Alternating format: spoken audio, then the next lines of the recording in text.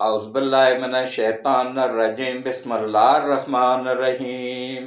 شروع کرتا ہوں اللہ پاک کے بابرکت نام کے ساتھ جو دلوں کے حال بہتر جانتا ہے۔ میری طرف سے دیکھتی آنکھوں سنتے کانوں سب کو السلام علیکم ورحمۃ اللہ وبرکاتہ۔ جی میرے آج کے 3 موضوع، اور تینوں موضوع اتنے اہم اور ضروری ہیں کہ یقین جانیے کہ آپ واقعی خوش ہو جائیں گے کہ میں کہاں کہاں سے خبریں کس کس طریقے سے ڈھونڈ کے نکال کے لاتا ہوں۔ اس کے بعد پھر پوری تحقیق کرتا ہوں، پوری ریسرچ کرتا ہوں۔ جب 100% یقین ہو جاتا ہے کہ یہ کنفرم خبر صحیح ہے تو پھر اس پہ بھی لا کرتا ہوں، ورنہ نہیں کرتا ہوں۔ کیونکہ ایک تو رحمتوں اور برکتوں کا مہینہ ہے، اور دوسرا نمبر کسی پہ ناحق تہمت لگانا، کسی پہ الزام لگانا،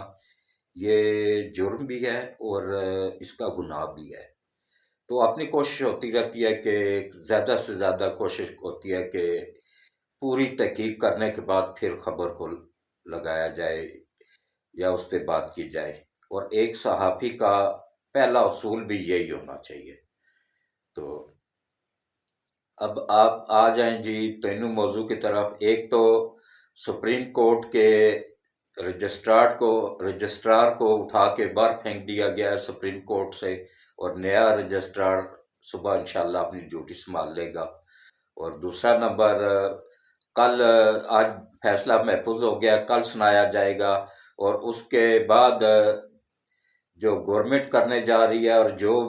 ایماندار جج کرنے جا رہے ہیں بے ایمان ججوں کے خلاف نا، اس پہ بھی بات ہوگی کہ وہ کتنا سخت ہوگا اور کیا کچھ ہونے والا ہے۔ پوری مکمل الف سے یہ تک پوری سٹوری آپ لوگوں کو بتاؤں گا، اور یہ بھی ساتھ بتاؤں گا کہ کس کس طریقے سے یہ کس کس اس سے ملوث رہے ہیں، اور کس طریقے سے ان کی بیٹیاں ڈانس کی، اس کی بندیال کی بیٹی کی ڈانس کی، لیکن اس پہ میں بات نہیں کروں گا، ویسے ہی منہ سے نکل گیا ہے، ویڈیو وائرل ہوئی، میں نے بھی دیکھی ہے۔ کیونکہ میں بیٹیوں کا ہمیشہ احترام کرتا ہوں، میں خود بھی بیٹیوں والا ہوں، اور یہ سب میری ہی بیٹیاں ہیں۔ کوئی اگر ڈانس کر رہی ہے، یہ غلط کر رہی ہے، تو اس کے اپنے ماں باپ کے سر گناہ جائے گا۔ میں اس گناہ میں شامل نہیں ہونا چاہتا ہوں، اس لیے معذرت میرے سے منہ سے نادانشتہ طور پہ نکل گئی۔ تو یہ ان سب باتوں پہ آج بڑی تفصیل کے ساتھ بات ہوگی، اور سب سے پہلے وہی اپیل کہ یہ میرا چینل نہیں ہے، یہ پاکستان کے 26 کروڑ عوام کا چینل ہے، یہ آپ سب کا چینل ہے۔ اس کو کوشش کریں زیادہ سے زیادہ لائک کریں، شیئر کریں، کامنٹس کریں، اور اس کے بعد ویڈیوز کو پوری دیکھا کریں، اور ویڈیوز کو دیکھنے کے بعد جو ہے نا پوری مکمل دیکھا کریں، اور اس کے بعد پھر کیا نام ہے، چینل کو سبسکرائب لازمی کیا کریں۔ میں نے دیکھا ہے کہ کافی ویڈیوز جو ہے نا 400 500 بندہ 600 بندہ ایک ایک دن میں دیکھتا ہے، لیکن سبسکرائب کرنے والے کتنے ہوتے ہیں؟ 10 15 8 10 15 4 3، یا بہت زیادہ کوئی دن اچھا ہو تو 15 20 ہو جاتے ہیں، اس سے اوپر نہیں جا رہا ہے۔ تو کوشش کریں، یہ میرا چینل نہیں ہے، یہ آپ سب کا چینل ہے، یہ حق سچ دکھانے والا چینل ہے، اور میں ایک 75 سال کا بزرگ آدمی ہوں، اور سب سے پاکستان کا سینئر صحافی ہونے کا اعزاز بھی میرے پاس ہی ہے۔ میں نے 1975 میں اپنی صحافت کا آغاز کیا تھا، نوائے وقت اخبار میں اتوار کا داریہ لکھا کرتا تھا اس سے۔ تو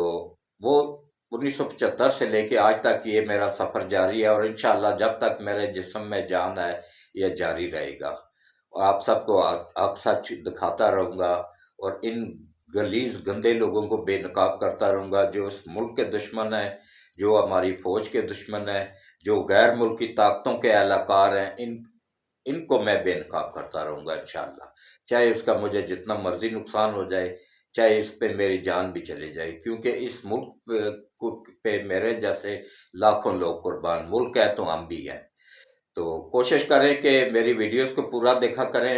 اور سکپ نہ کیا کریں، اور جو اشتہارات آتے ہیں نا 5 سیکنڈ 6 سیکنڈ کا اشتہار ہوتا ہے، اس کو بھی دیکھ لیا کریں، وہی انکم کا ذریعہ ہوتا ہے۔ تو اس کے علاوہ جو ہے نا یہ کوشش کیا کریں کہ سبسکرائب لازمی کیا کریں۔ اس کا طریقہ یہ ہے کہ پہلے آپ تک ویڈیوز دیکھیں، اس کے بعد لائک کریں، پھر کامنٹس کریں، اور پھر سبسکرائب کرنے کے بعد گھنٹی کو آل پہ پش کر دیا کریں تاکہ ہر آنے والی ویڈیوز کا نوٹیفیکیشن بر وقت آپ لوگوں کو ملتا رہے۔ تو اب آپ آ جائیں جناب اصل موضوع کی طرف۔ وہ میں نے 3-4 دن پہلے بتایا تھا نا قاضی فائز عیسیٰ کا، کہ انہوں نے تقریباً پچھلے ہفتے سے وہ جتنا بھی سلو موشن نوٹس لیے گئے تھے نا، وہ نوٹس بنانے والا قانون تو گورنمنٹ نے اب وہ چیف جسٹس سے واپس لے لیا ہوا ہے، صرف یہ صدر وہ دندان ساز سائن نہیں کر رہا ہے اس کے اوپر۔ آج اگر وہ سگنیچر کر دے تو آج ہی وہ جب تک سگنیچر کرتا اس وقت تک قاضی فائز عیسیٰ نے ایک نوٹس جاری کیا تھا کہ اس وقت تک ہم کسی ایسے کیس کی سماعت نہیں کریں گے جس میں نوٹس لیا گیا ہو۔ تو وہ جو ہے نا وہ جو انہوں نے جو نوٹس جاری کیا تھا نا، اب دیکھیں ایک جج، سینئر ترین جج جو آنے والا چیف جسٹس ہے، جس نے کچھ مہینوں کے بعد چیف جسٹس بن جانا ہے، اور اب تو انشاءاللہ کچھ دنوں کے بعد ہی بن جائے گا، کیونکہ جو کرپٹ جج ہوتے ہیں نا ان کی خود غلیظ زبان، ان کے اخلاق، ان کے کردار سب کھل کے سامنے آ گئے ہیں۔ میں نے کیا کہا تھا کہ اس ملک پہ جو وہ کر رہے ہیں نا، اس ملک کی حفاظت وہ ذات پاک کر رہی ہے، اور وہ کہتے ہیں نا وَتَذِلُّ مَن تَشَاءُ وَتُعِزُّ مَن تَشَاءُ، وہ جس کو چاہتا ہے عزت دیتا ہے، جس کو چاہتا ہے ذلت دیتا ہے، جس کو چاہتا ہے۔ دیکھیں جس کو چور کہہ رہے تھے نواز شریف کو، آج وہ شاہی خاندان کا مہمان بننے جا رہا ہے۔ اور کہاں عمران نیازی، وہ جو ایک اس میں چھپ کے بیٹھا ہوا ہے، فواد چودھری نے آج کیا اعلان کیا تھا، اور وہ اعتزاز احسن نے، یہ بھی دونوں، اعتزاز احسن سب سے بڑا غدار ہے ملک کا، ان دونوں نے جو ہے نا اعلان کیا تھا کہ ہم لاکھوں کے حساب سے وکیل لے کے پہنچیں گے، اور وکیل کتنے گئے وہ بھی ان کو جس طریقے سے لے جایا گیا کہ ان کو پوری دیہڑی دی گئی، اور اس کے بعد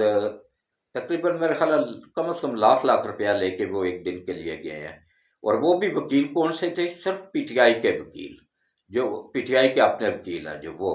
اور اس کے بعد پھر جب وکیلوں کی تعداد دیکھی بہت کم، تو انہوں نے پھر فوری طور پہ کالے کوٹ اور یونیفارم لے کے وکیلوں کے نا پرچیز کر کے تو عام لوگوں کو پہنا کے ان کو دیہڑی پہ ساتھ لے کے گئے۔ پھر بھی کتنی تعداد بنی؟ 250-300 بس، اس سے اوپر نہیں تھے۔ تو آگے سماعت شروع ہو چکی تھی۔ ہاں پہلے وہ قاضی فائز عیسیٰ والے، وہ جو ہے نا، اب دیکھیں رجسٹرار، یہ رجسٹرار کون ہوتا ہے؟ یہ پرائیویٹ جج نہیں ہوتا، جج کے تو مطلب یہ سمجھ لیں کہ ان کے آگے اس طرح ہوتا ہے جیسے چپڑاسی ٹائپ بندہ ہوتا ہے، تو اس سے بھی نیچا درجہ ہوتا ہے اس کا، جج کے سامنے اس کی کوئی اوقات نہیں ہوتی۔ لیکن وہ دیکھیں نا، جیسے خان صاحب نے لگایا ہوا تھا نا اس کو، خان صاحب جیسے خود بدتمیز ہیں ایسے ہی اس کا آگے کیا نام ہے ورکر بھی بدتمیز ہے، ایسے ہی ان کے وہ پوری دنیا کا کوئی لیڈر ایسا بتا دیں جو گالیاں نکالتا ہو، عمران خان گالیاں نکالتا ہے، اس کی انتہائی غلیظ اور گندی زبان ہے، وہ یوتھیوں کو نظر نہیں آتی۔ وہ کہتے ہیں پھول جھڑ رہے ہیں اس کے منہ سے، بھائی اتنے پھول جھڑ رہے ہیں تو اس کو گھر لے جاؤ نا، اب ملک پہ تم مسلط نہ کرو نا، آپ نے گھر پہ لے جاؤ، داماد بنا لو، ہمیں کوئی اعتراض نہیں ہے، ہمیں کیا اعتراض ہے، آپ جانو اور وہ جانے۔ ویسے بھی تو آپ لوگوں کی بیٹیاں بہویں جو ہے نا اس پہ دیوانہ وارہ عاشق ہوئی ہوتی ہیں، وہ میرے سے داڑھی رکھ لے نا تو میرے سے زیادہ سفید داڑھی ہے اس کی، اور کیا ہے میں 75 سال کا ہوں تو وہ 72 سال کا ہے، 3 سال چھوٹا ہے میرے سے۔ یہ کالے کولے لگا کے اور وہ میک اپ کر کے نا تو آپ لوگوں کو دھوکہ دے رہا ہوتا ہے، اور لڑکیاں دیوانی ہوئی ہوتی ہیں ایک 72 سال کے بابے پہ۔ ایسی اولاد کو اللہ ہدایت دے، میں کیا کہہ سکتا ہوں۔ تو اس جناب انہوں نے کیا کیا، وہ خان صاحب کے لگائے ہوئے تھے نا یہ جو رجسٹرار تھا سپریم کورٹ کا، تو اس نے جناب قاضی فائز عیسیٰ جو سب سے سینئر جج اور آنے والا چیف جسٹس ہے، اس نے جو ایک نوٹیفکیشن جاری کیا تھا کہ اس وقت تک کسی کیس کی سماعت نہیں ہوگی جب تک کہ قانون نہیں بن جاتا ہے۔ تو اس نے جناب ایک سادہ نوٹیفکیشن لکھ کے نا تو دیکھیں جج، سینئر ترین جج اس کے نوٹیفکیشن کو معطل کر رہا ہے وہ،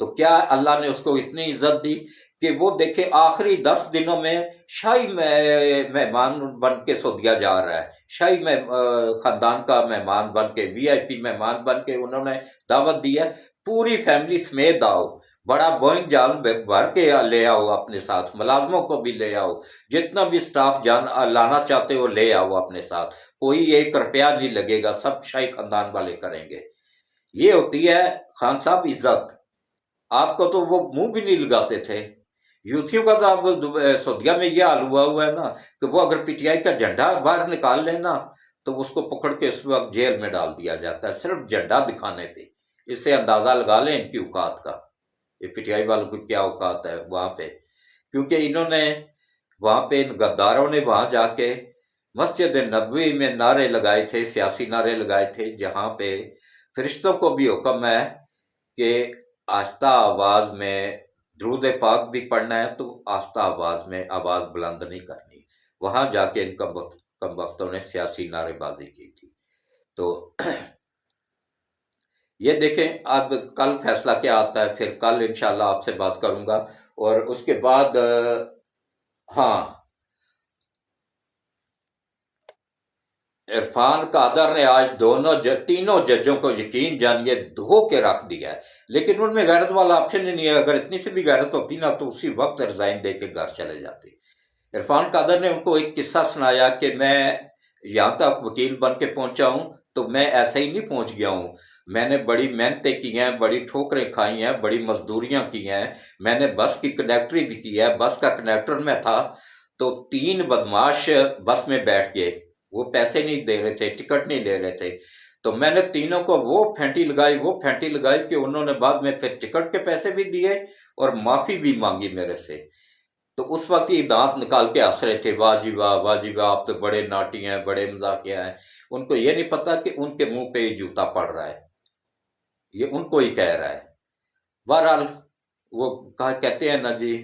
وہ تو ذل و منتشا و تو عز و منتشا، جس کو اللہ چاہتا ہے ذلیل کرتا ہے، جس کو